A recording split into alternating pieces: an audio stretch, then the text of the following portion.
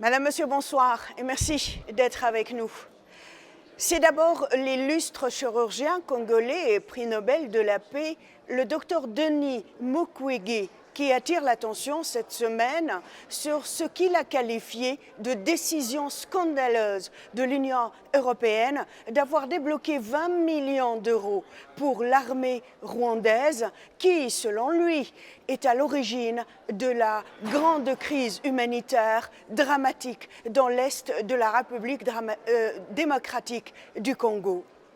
S'en est suivi d'autres réactions, notamment celle de la députée européenne belge Marie Arena, qui s'est dit scandalisée également et s'insurge contre l'octroi de l'Union européenne d'une aide financière à l'armée rwandaise sans lui demander un engagement préalable et un retrait de son soutien au groupe armé M23 pro-rwandais.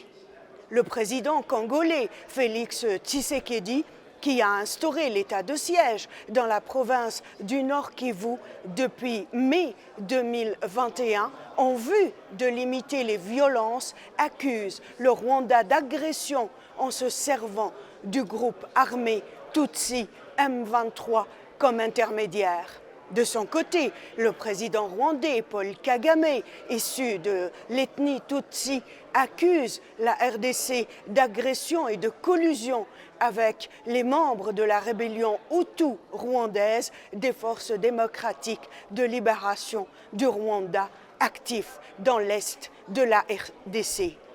Faut-il rappeler que le déchaînement de violence qui emporta le Rwanda pendant les 3 mois de 1994 restera longtemps présent dans la mémoire universelle comme une lourde culpabilité collective. Mais pourquoi oublie-t-on les suites de ce génocide atroce dans le pays voisin, diront d'aucuns? Pourquoi le deux poids, deux mesures? Le Zaïre, qui va devenir ensuite la RDC, n'est pas parvenu presque 30 ans après, à traiter de ce que la journaliste belge Colette Breckman appelle les métastases du génocide rwandais. Peut-on alors parler de contre-génocide? L'expression est forcément exagérée et totalement insupportable pour des membres d'associations des droits de l'homme qui ont fait de Paul Kagame le héros qui a mis fin au génocide dans son pays, répliquent certains observateurs. Il faut savoir que l'Est de la RDC est le théâtre de conflits armés depuis les années 1990. Les violences se sont intensifiées ces dernières années. Selon Amnesty International, plus de 7500 civils ont été tués rien qu'entre 2017 et 2022. Il est cependant incontestable qu'il s'agit de crimes contre l'humanité, selon le rapport de l'ONU qui fait mention de la nature systématique, méthodique et préméditée des attaques contre les Hutus et le pillage des ressources congolaises. Le peuple congolais meurtri dans certaines de ses revendications, a demandé l'intervention de la Russie et de la Chine pour arriver à mettre fin au massacre dans l'est de la RDC. Mais surprise, avant-hier, Anthony Blinken, le secrétaire d'État américain, sort de son silence et exhorte le président Paul Kagame de cesser son soutien au groupe armé M23 après avoir perpétré un véritable carnage, 272 civils congolais tués au nord Kivu du Congo. Le Rwanda et la République démocratique du Congo, c'est David et Goliath dans les Grands Lacs? Pour le savoir, j'ai invité Charles Goerens, député européen luxembourgeois, ancien ministre de la Défense et ancien ministre du Développement international, et William Ikolo, journaliste, spécialiste des questions de l'Afrique de l'Est. Charles Goerens, bonjour. Bonjour.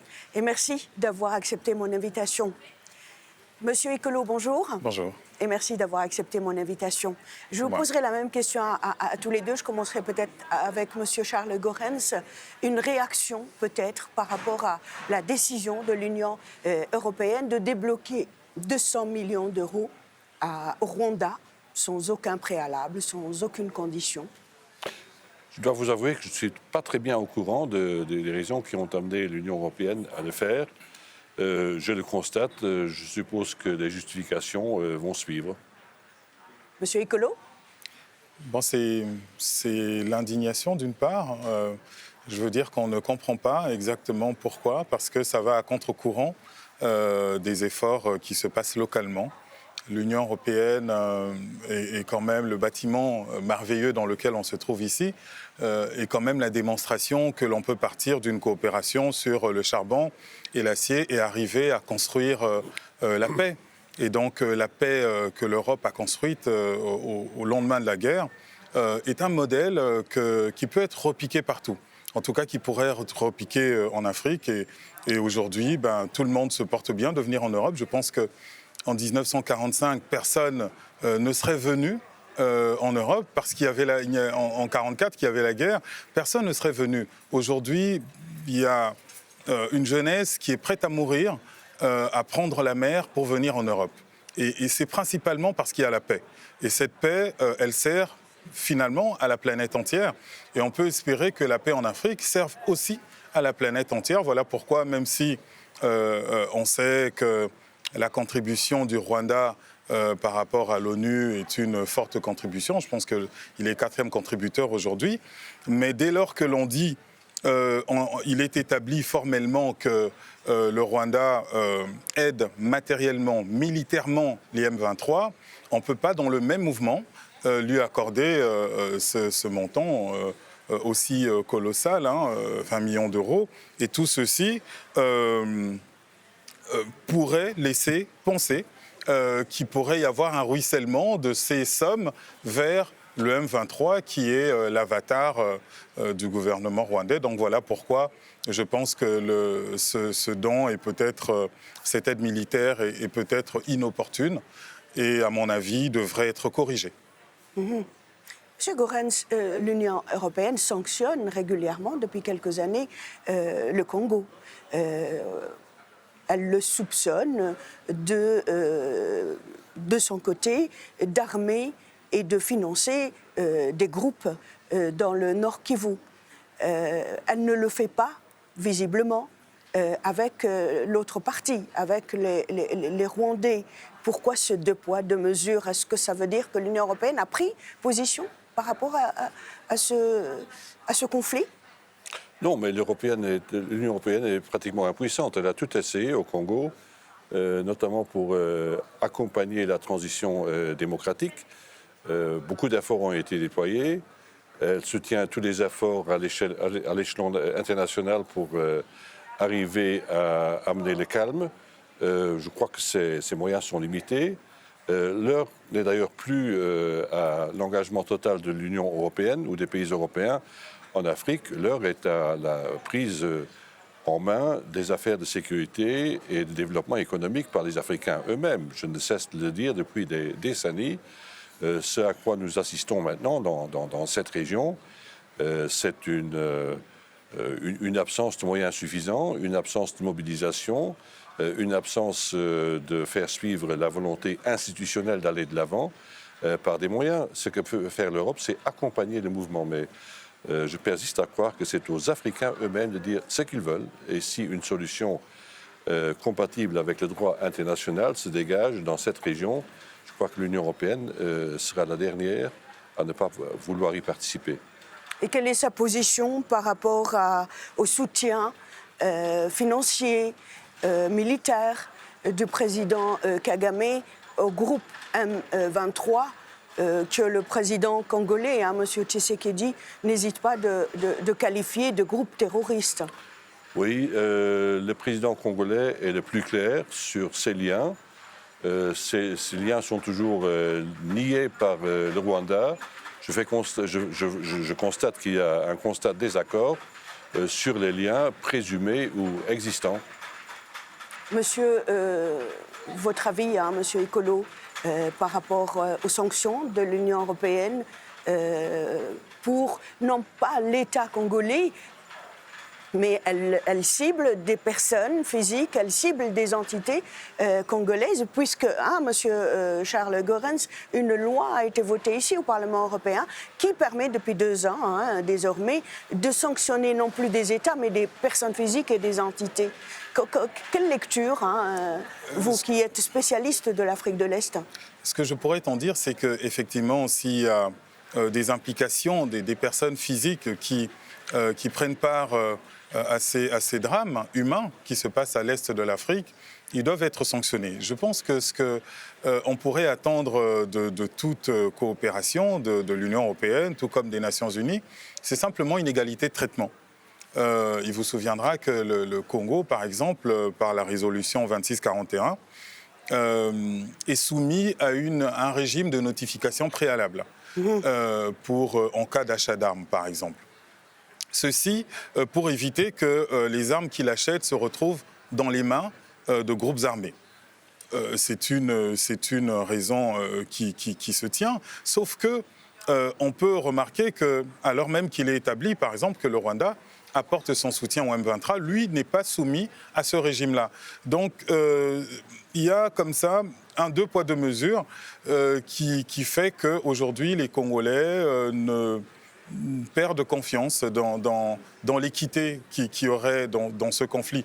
Ceci d'autant que, vous savez, lorsque au Congo, par exemple, aujourd'hui, vous voyez des gens qui filment ce qui se passe chez eux, il y a de nombreux drames humains, ils se rendent bien compte que le traitement qui est fait par rapport aux partenaires étrangers n'est pas le même. Aujourd'hui, voilà, M. Goerens disait que l'Union européenne avait tout fait. Les Congolais se sont réveillés un peu groggy de voir que, en réalité, quand il y a vraiment la guerre, comme c'est le cas en Ukraine, il y a des moyens qui sont là. Il y a des moyens qui sont disposés. Et nous qui avons toujours cru qu'en fait, tous les moyens étaient faits, la guerre en Ukraine nous a rapporté la preuve que pas grand-chose n'était fait en réalité et que quand il y a vraiment une volonté de mettre fin à la guerre, on dépose tout sur la table. Et je pense que voilà, ce régime d'équité 2 poids 2 mesures, que ce soit du côté rwandais par rapport au côté congolais ou encore du côté de l'Ukraine, je sais que l'Ukraine est beaucoup plus proche de l'Europe, mais n'empêche que ça nous rapporte quand même la preuve qu'il y a encore des choses qui peuvent être faites ou du moins améliorées. Monsieur Charles Goerens, on revient sur plusieurs milliards sont drainés et injectés dans la guerre en Ukraine de la part de l'Union européenne et rien du tout pour l'Afrique. Ah, ce n'est pas vrai. L'Union européenne est le premier bailleur de fonds pour ce qui est de l'aide internationale au développement. L'Union européenne représente à peu près 46% de l'aide au développement de tous les pays de l'OCDE. On ne peut pas dire que l'Union européenne est indifférente vis-à-vis du sort de l'Afrique. J'ai moi-même été rapporteur sur le NDICI, Global Europe. C'est l'instrument financier de l'Union européenne pour ce qui est de la politique extérieure. Nous avons rappelé les principes élémentaires du partenariat. Encore une fois, l'Union européenne n'est pas le gendarme de l'Afrique. L'Union européenne est un partenaire de l'Afrique. Je constate qu'en Afrique, il y a des pays où on avance, il y a d'autres pays où on avance moins vite, il y a d'autres pays encore où on fait du standstill, où on fait pratiquement du surplace. Je constate que le Congo est un pays extrêmement compliqué à gérer, et ce ne sont pas les Congolais qui vont me contredire de ce point de vue. Je me demande d'ailleurs ce qu'on peut faire. Il faut imaginer un modèle nouveau pour répondre aux attentes d'un pays qui n'a pas la gouvernance souhaitée. On peut trouver dans l'histoire du Congo sans doute beaucoup d'explications qui nous renseignent, qui éclairent notre lumière à ce propos. Moi, je suis en faveur d'un nouveau modèle de développement pour ces pays, un nouveau partenariat. Je crois que le temps n'est pas suffisant pour étaler ce modèle. Pour revenir à l'Ukraine, je crois qu'il y a une responsabilité régionale, d'ailleurs reconnue comme telle par les Nations Unies.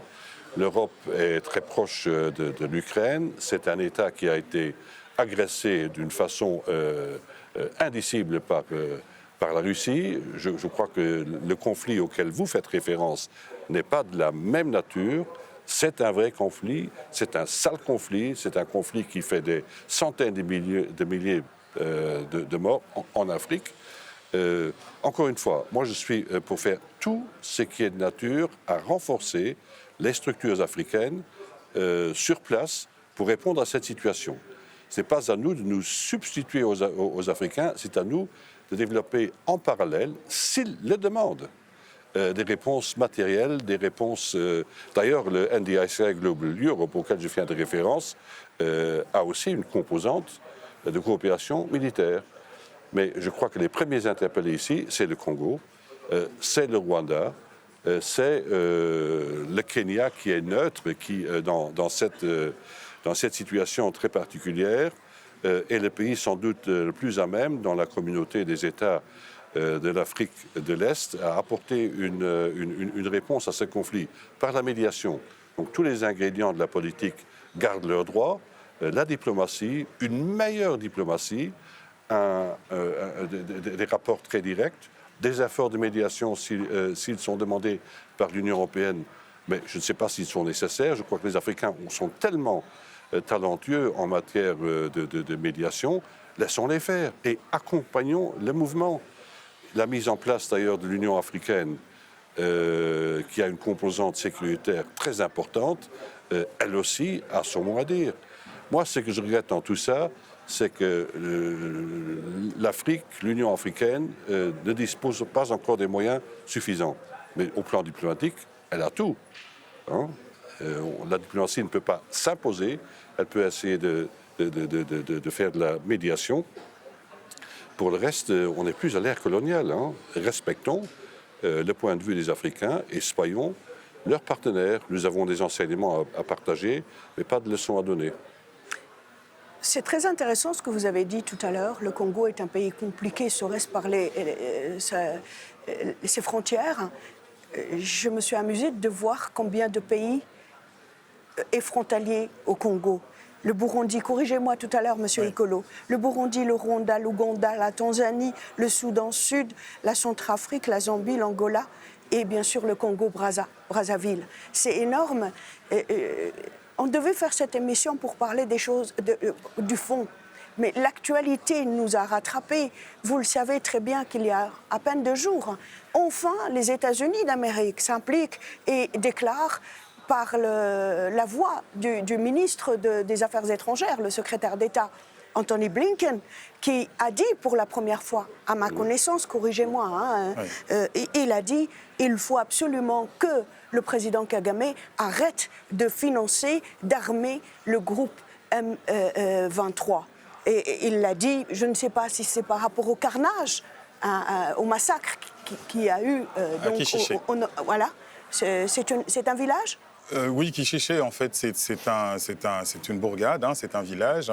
Il y a eu 120 morts. Mais permettez-moi de revenir juste sur la question que vous avez posée à M. Goerens tout à l'heure. Je me réjouis vraiment d'entendre ce que M. Goerens a dit au sujet des nouveaux modèles économiques. Je pense que, comme je le disais d'entrée ici, la guerre va se régler sans doute par des moyens, par une visée économique. Lorsqu'on aura établi une feuille de route économique entre les différents pays, on va certainement trouver que la guerre est la pire des options. Mais ce modèle économique, il ne faut même pas le chercher. Il faut juste accompagner ce qui est fait actuellement. Vous savez, au mois d'avril, le président congolais, le président Tshisekedi, a signé un accord avec la Zambie, avec son homologue Hichilema, pour faire créer de nouvelles unités de valeur par rapport au lithium, dont les 2 pays constituent à eux seuls plus de 80% de la réserve mondiale. Et vous voyez bien le nombre d'appareils qui sont autour de nous. Le lithium est quand même un composant majeur. Et si ces 2 pays peuvent développer, transformer localement cette matière, vous voyez qu'on peut déjà résorber le chômage, créer de la valeur Et il n'y aurait pas de raison qui est de marcher parallèle, parce que les conflits dont on parle ici, et qui ne sont pas les moindres, hein, M. Goerens, on parle quand même de plus de 10 millions de personnes tuées en RDC. Et ces 10 millions de personnes... Je ne minimise pas le conflit. Oui, hein, oui, non, pas non, fait. non. Non, puisque vous disiez que c'était d'une autre nature, mais au point de vue, je dirais, du nombre des morts, il faut quand même dire que depuis la Seconde Guerre mondiale, il n'y a pas eu un conflit plus meurtrier que celui de la RDC. Et au sortir de la Seconde Guerre mondiale, avec le procès de Nuremberg, nous avions tous rêvé à se dire plus jamais ça. Et pourtant, ça se passe encore aujourd'hui, sous notre barbe. Et on devrait aujourd'hui donner tous les moyens à la paix. Et ces moyens, notamment par la création des chaînes de valeur, elle est importante, mais elle n'est même pas à créer, elle existe. Aujourd'hui, s'agissant du sud du Congo, de la RDC, avec la Zambie, il y a déjà des accords pour créer des chaînes de valeur autour du lithium. On pourrait faire la même chose par rapport au coltan. Le président congolais a d'ailleurs proposé à son homologue rwandais de s'occuper, de faire la raffinerie de l'or et de s'occuper de ça. Je conviens sans doute que cet or ne lui rapporte pas autant que ne lui rapportent les autres matières, mais il faudra bien un jour ou l'autre avoir le courage de créer un nouveau modèle économique. Et ce modèle économique, c'est un modèle qui nous permettra à tous peut-être de gagner un peu ou moyennement, plutôt que d'accepter encore ce modèle où on a sur le bout d'une chaîne la croissance et de l'autre des massacres. Ce modèle-là, c'est un modèle dont les Congolais ne veulent plus parce qu'ils ont perdu beaucoup de morts. Je précise quand même que les 10 millions de morts, même si la qualification juridique n'est pas la même que ce qui s'est passé au Rwanda, ça reste 10 millions de morts. Donc on ne parle pas de génocide par rapport à ces 10 millions de morts. On ne parle pas encore de génocide par rapport à ces 10 millions de morts, mais je ne pense pas que l'on puisse réparer un génocide par des massacres. Vous voyez, le président Kagame est un président qui a fait beaucoup pour son peuple et même, je dirais, pour l'Afrique, pour arrêter le génocide rwandais. Maintenant, moi, je ne voudrais pas, et je pense que lui non plus ne devrait pas vouloir que son nom soit maintenant mêlé à un massacre sur un autre sol. On ne peut pas régler un problème... Il faut dire que M. Kagame lui-même est Tutsi, le groupe M23 sont des Tutsis, mais que font-ils au Congo ? Juste pour faire la guerre, pour massacrer, pour rechercher des Hutus apparemment cachés au Congo, ou alors ils font des affaires ? Il faut croire qu'ils sont financés, parce que ce n'est pas nous qui le disons. Hein. L'ONU a reconnu qu'en fait le M23 aujourd'hui est aussi bien armé et a une puissance de feu qui est comparable à celle des États. Je ne pense pas que le petit le criminel de bas chemin puisse trouver ce matériel. Et ce matériel doit bien venir de quelque part, donc il y a moyen sans doute de le tracer. Il y a dans le chef du M23, je pense, beaucoup de choses qui doivent être détricotées. Et aujourd'hui, je pense que c'est de la responsabilité non plus simplement entre le Congo et le Rwanda de régler cette affaire, parce que les matières pour lesquelles ces conflits sont créés, ce sont des matières qui profitent à la planète entière. Comme je l'ai dit tout à l'heure, nos portables, nos ordinateurs. Et dès lors qu'on fait cette économie borgne où on regarde d'un œil ce que nous avons à côté de nous et on ferme l'autre œil pour ce qui se passe au loin, on va créer une sorte d'impunité qui est déjà là, où on risque d'avoir quand même pas mal de débordements. On a vu... Monsieur Charles Gorel, il hoche la tête, je crois qu'il n'est pas d'accord. Je voudrais dire trois choses. Premièrement, le droit international nous donne moins de moyens d'intervenir dans ce conflit que dans le conflit ukrainien. Le conflit ukrainien, c'est un pays qui est agressé par une puissance extérieure et ce pays a le droit de se défendre. On essaie de limiter les dégâts, ne pas entrer dans un troisième conflit mondial, mais on aide ce pays à pouvoir se défendre. Dans le cas du Congo et des provinces à l'est du Congo, c'est différent. C'est un conflit intérieur, supposé être impacté par des influences extérieures. En tout cas, la situation en droit international est moins claire. Et on sait que le droit international, quant à lui, est très hésitant lorsqu'il s'agit d'intervenir dans un conflit intérieur. Ce n'est pas une raison pour rester indifférent face aux souffrances auxquelles sont exposées ces populations. D'ailleurs, l'une des raisons pour lesquelles les Nations Unies sont là avec la plus grande opération des Nations Unies de tous les temps, explique quand même qu'on ne veut pas ne rien faire. On fait quelque chose. Ce n'est pas suffisant. Ce qui serait suffisant serait une opération qui serait de nature à mettre fin à ce conflit. C'est une raison pour laquelle je me dis qu'il faut que ça s'inscrit dans la durée. En ce qui concerne le modèle économique, je partage parfaitement ce que vous dites, mais l'Union européenne n'est pas de l'autre côté de la barrière. Elle s'apprête à vous aider à regagner la maîtrise sur vos propres ressources. C'est ce que j'appelle de mes voeux depuis que je fais de la politique. Qu'est-ce qu'on est en train de faire? On est en train de codifier la responsabilité des entrepreneurs et des entreprises. On est en train d'obliger tous ceux qui importent des matières rares ou des matières auxquelles vous venez de référence, on les oblige à montrer patte blanche pour ce qui est de la traçabilité de ces pays. Je crois qu'aujourd'hui, ce n'est plus l'Europe, ce n'est pas l'Union européenne qui est responsable du pillage des ressources en Afrique, ni les Américains, mais ce sont bien d'autres puissances qui font de gros yeux, des yeux ronds à l'Afrique.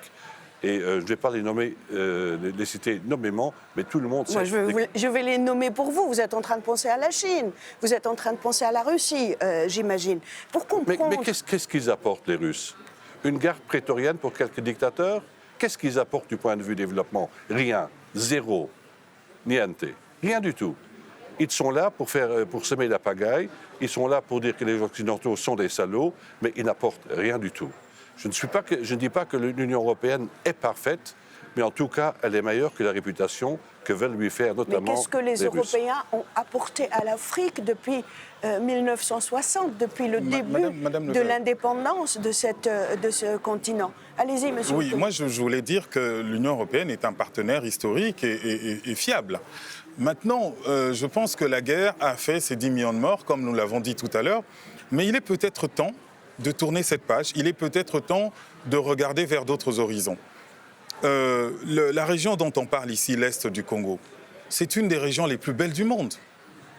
Et cette région-là, ça n'est pas qu'un patrimoine pour le Congo, c'est un patrimoine pour la planète entière.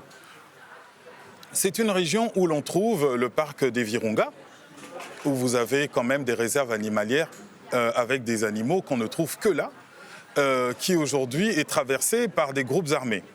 Et soit dit en passant, moi j'ai quand même beaucoup de mal à qualifier ce conflit de conflit interne. Évidemment, c'est la posture que l'on aimerait, on aimerait donner à ce conflit, mais le conflit n'est pas interne. Et la preuve, c'est que lorsqu'il se passe, par exemple, la conférence à Luanda, pour signer pour un cessez-le-feu, c'est quand même le ministre de la Défense rwandaise qui se déplace et qui signe au nom, notamment du M23. Donc on ne peut pas, dès lors qu'il prend cette responsabilité, dire que c'est un conflit interne. Évidemment, comme tous les conflits, il y a dans le temps des poupées russes qui se créent, où un groupe qui est soi-disant arrêté en crée un autre sous une autre identité, on le sait. Mais il est peut-être temps de regarder ailleurs. Et là-dessus, l'Union européenne peut nous aider, comme je l'ai dit, qui a réussi cette transition entre la guerre et le développement.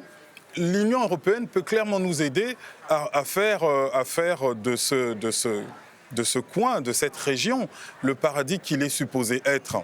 Je vous parlais ici des réserves animalières, mais c'est un coin où n'importe lequel d'entre nous devrait avoir la chance de visiter. Il y a à 20 km de Goma, 20 km, c'est pas tant. Il y a la chaîne, notamment le fameux volcan, le Nyiragongo. qui culmine à plus de 3470 mètres. C'est un volcan ouvert que chacun peut vérifier. Les spécialistes disent d'ailleurs que c'est le plus beau au monde. Monsieur Charles Goerens, Monsieur Ekolo est en train de dire que le Congo, après tout, il est encore en train de tendre la main vers l'Europe. Quand on prend en considération la dernière déclaration des Américains, de Monsieur Anthony Blinken avant-hier, qui enfin reconnaît clairement, il l'a dit avec clarté et précision, que le groupe M23 est bien financé et armé par le gouvernement rwandais, et il lui intime de s'arrêter. Il faut arrêter, il faut revenir à la tentative de cessez-le-feu qui a eu lieu il y a quelques mois. Hein, quelques jours. Quelques mois. Moi, j'ai envie de savoir, en préparant cette émission, et c'est une stricte vérité, en préparant cette émission, j'ai vu que des Congolais revendiquent l'intervention de la Chine et de la Russie. Ils n'en peuvent plus.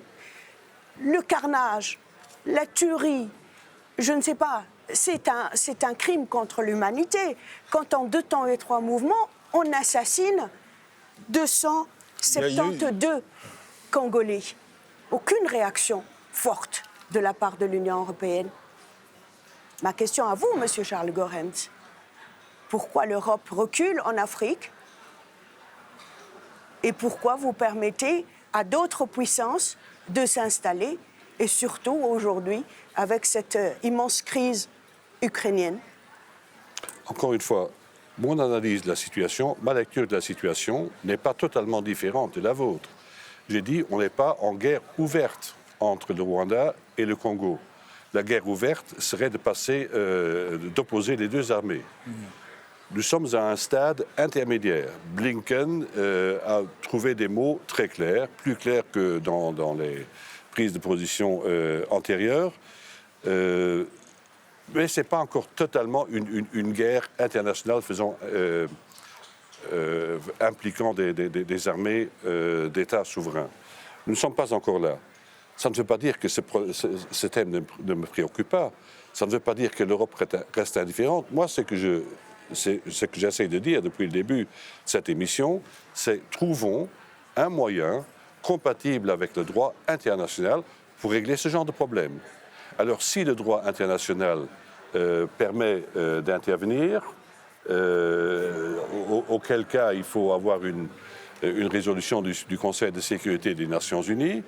Je fais appel au droit international parce que la réponse de l'Union européenne s'inscrit dans le respect du droit international et rien d'autre. Donc, cela étant, j'aimerais dire que s'il y a une place pour la Chine et la Russie, mais elles peuvent prendre leur place dans le cadre du règlement d'un conflit sous l'égide des Nations Unies, par exemple. Est-ce qu'ils sont prêts à s'investir d'une manière qui soit compatible avec le droit international? J'attends de voir. La Chine, elle a, je le concède, elle a participé notamment à l'effort de stabilisation dans la région sahélienne. Ça, c'est un point qui va dans la direction du respect du droit international.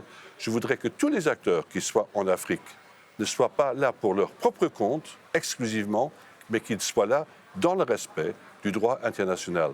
Et sur un continent qui fait quand même beaucoup d'efforts au niveau de nombreux pays pour se conformer aux principes inscrits soit dans la charte de l'Union africaine, soit dans la charte des Nations Unies. C'est ça que je veux, que j'appelle de mes voeux. Mais le pillage des ressources, l'Union européenne n'est pas du tout du côté de ceux qui prônent la prolongation du système. Ce n'est pas le système accepté par l'Union européenne. Et ici, au Parlement européen, vous ne trouvez aucune majorité pour appuyer cela. Donc, tous les acteurs que l'Afrique est prête à accepter sont les bienvenus pour participer à un effort dans le cadre d'un règlement qui soit totalement compatible avec les dispositions du droit international. On n'a plus beaucoup le temps. Je pense qu'on va réfléchir à une autre émission. Mais moi, j'ai envie de savoir, Monsieur Ekolo, comment faire pour faire basculer le Congo dans une vraie indépendance. Pourquoi on lui querelle toujours, encore aujourd'hui, cette indépendance? Il y a certainement des explications historiques, hein, comme toujours. Je pense que les conclusions de la conférence de Berlin ne sont pas complètement étrangères au fait que tant d'États se permettent de piétiner le sol congolais, je dirais presque en toute liberté, quand partout ailleurs, Et je vous ça coupe ferait 2 secondes, c'est révulser. un immense pays, c'est le 2e plus grand pays en superficie en Afrique, derrière l'Algérie. C'est le plus grand pays francophone du monde, 110 Oui. millions d'habitants. Oui, un mot effectivement. sur cette conférence de Berlin de Oui. 1884. C'est ça.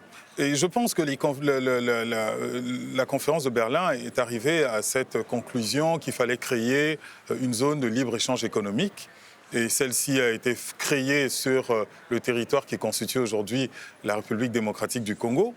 Il y a eu, certes, ensuite les indépendances, mais vous voyez que le Congo n'a pas cette espèce de super d'État partenaire qui qui lui imposerait une forme de précaré, comme on le voit à un jet de pierre de Kinshasa, notamment à Brazzaville avec la France, comme on voit au Gabon avec la France, comme on voit au Kenya avec l'Angleterre. Et au Congo, il y a quand même encore j'ai envie de dire, ce déni de la souveraineté territoriale de ce pays. Et un jour ou l'autre, il faudra peut-être songer à ne plus quereller, je pense, au Congo, ce droit, parce que finalement, ce qui se passe dans notre pays, ce qui se passe au Congo, pourrait tout à fait se passer ailleurs, et les misères qui sont créées au Congo sont de toute façon exportées ailleurs. Donc il est temps, moi je pense que ce qui nous manque parfois, c'est l'imagination. J'ai beaucoup apprécié les efforts de paix, notamment que le président Tshisekedi a fait. Il est arrivé dans un climat très tendu entre le Congo et le Rwanda. Il a appliqué une forme de diplomatie vraiment de la main tendue, au propre comme au figuré.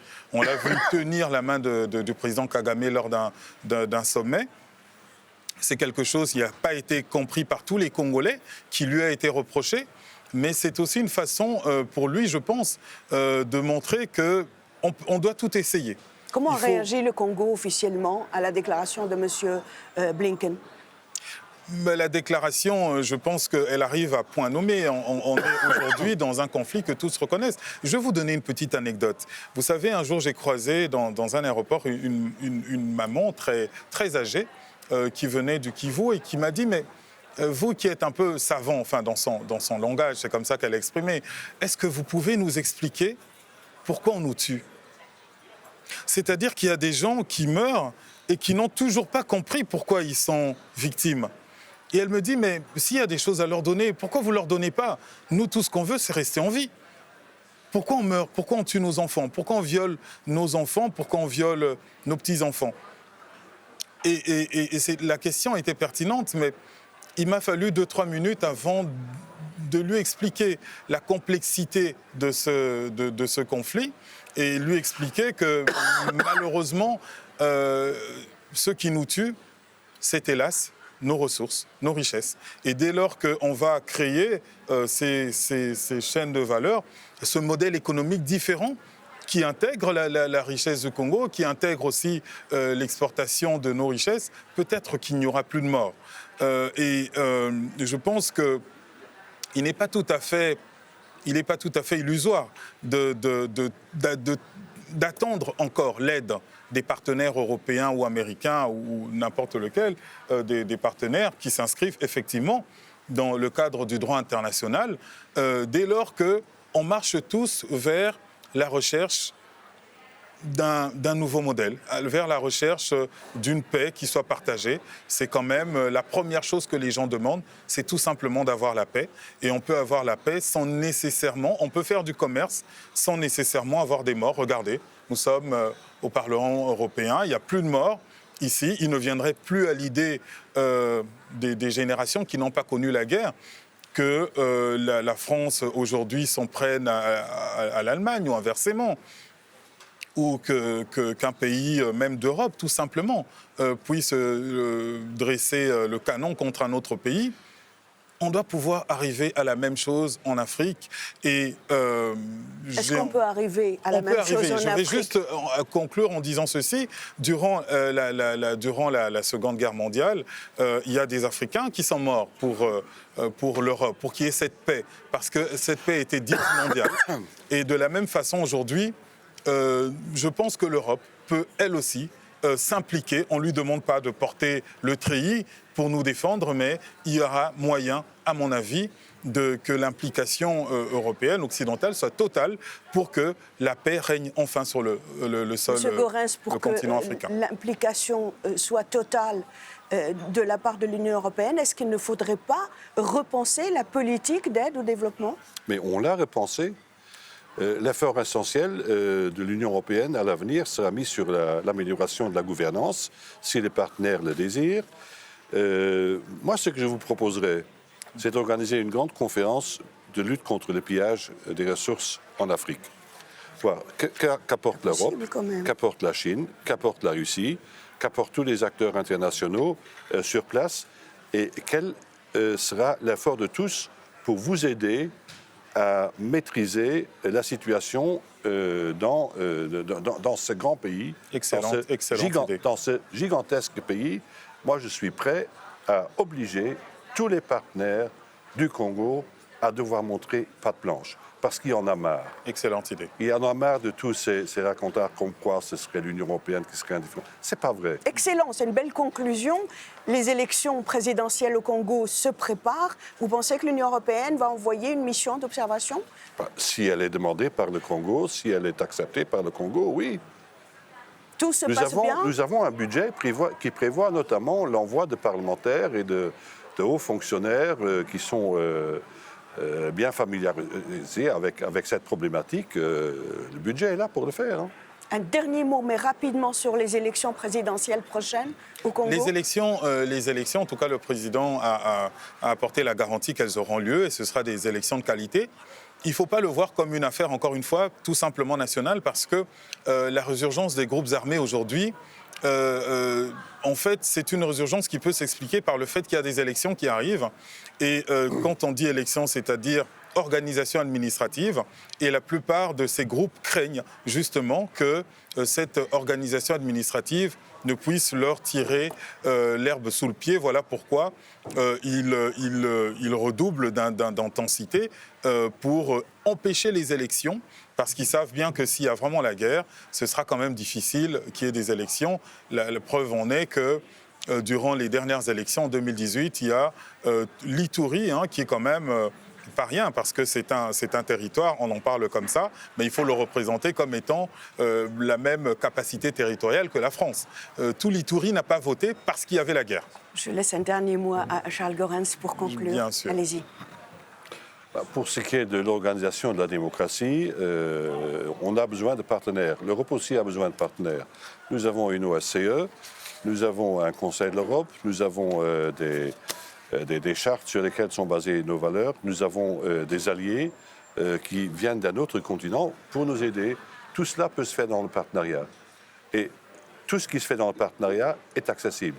C'est à vous de garder la main sur votre pays. C'est votre pays, ce n'est pas le nôtre. Si nous pouvons vous accompagner dans la reprise en main de ce gigantesque territoire, il faut réfléchir à d'autres solutions, parce que toutes les solutions qui ont été essayées jusqu'à maintenant sont, et la situation sur le terrain le démontre, sont insuffisantes. Elles ont été insuffisantes et il faut partir sur d'autres bases.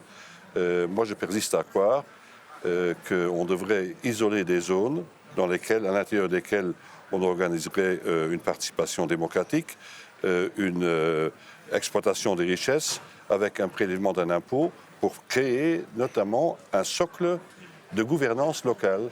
Et la multiplication de ces socles de gouvernance locale pourrait, in fine, déboucher sur une gouvernance acceptable au niveau national. Nous avons tout intérêt, nous avons autant intérêt que vous à réussir cette opération. Il faut être plus imaginatif, soyons créatifs. On peut être sceptique, mais il faut être actif quand même.